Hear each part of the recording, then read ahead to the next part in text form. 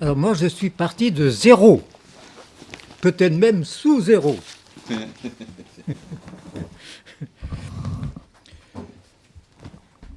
Avec 2 demandes précises pour faire des recherches de chant et danse dans la région de Loudéac. J'espère que tout le monde connaît. C'est pas sûr? Bon. Non. Premièrement, première demande venant du Bagad des Sonneurs et du Cercle celtique de Loudéac, qui avait été fait 2 ans auparavant, à peine 2 ans d'ailleurs. On est en quelle année là juste pour, Alors c'était fin 64. Ça commence à compter. Au cours d'un CA, un des responsables me demande est-ce que vous pourriez aller voir les anciens de la région pour apprendre des chants, surtout les chants à danser. Parce que jusque-là, le cercle celtique dansait des danses d'ailleurs. Je ne savais même pas qu'il y avait des danses dans la région.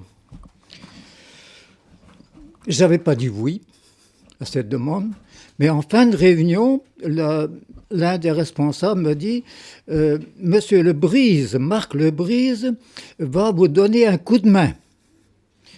C'est un monsieur qui était à la retraite depuis 5 ans, ancien directeur de CEG à l'époque, que je ne connaissais même pas. Bon, avec un adjoint, peut-être que ça ira mieux. Puis je me suis laissé dire que... Enfin, j'ai accepté de dire oui, sans rien connaître, hein, zéro. Même pas la moindre gavotte. Bon. Cette demande a été suivie d'une deuxième à Pâques 1965. Un des responsables du Bagad vient me dire quelques semaines avant, il y a une réunion à Redon, vous devriez y aller, qui me dit. Ah, il ne m'avait pas trop dit pourquoi. Je suis allé au moment des vacances de Pâques. Et la réunion en question, c'était un stage de formation animé par Jean-Michel Guilcher, à la demande de la direction régionale de la jeunesse et des sports. Je ne connaissais personne dans la salle quand je suis arrivé, un samedi matin. Nous étions entre 20 et 25 stagiaires, lesquels avaient déjà fait, certains d'entre eux avaient déjà fait des travaux de recherche, dont une Madame Colleux. Je ne sais pas si tu l'as connue. Oui, on n'est pas de famille, mais c'est... Du Menet, hein. Oui. Voilà. Alors Jean-Michel Guilcher nous a appris la technique, la méthode pour voir des anciens, qui voir et que demander.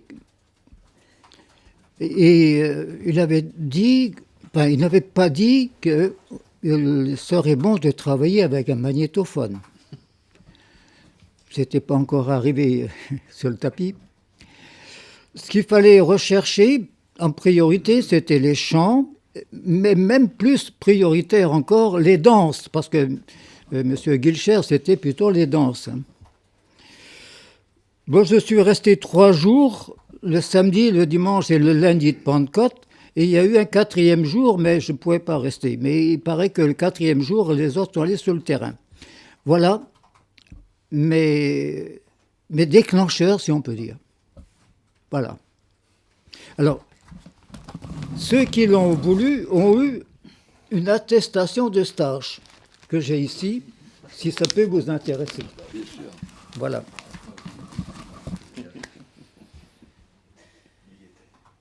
ne sais pas si les uns ou les autres souhaitent réagir. N'hésitez pas encore une fois. Hein, Si vous n'aviez pas de magnétophone, vous notiez les chants comment alors?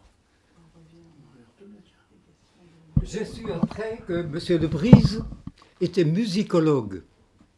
Il est noté. Quand il est venu avec moi.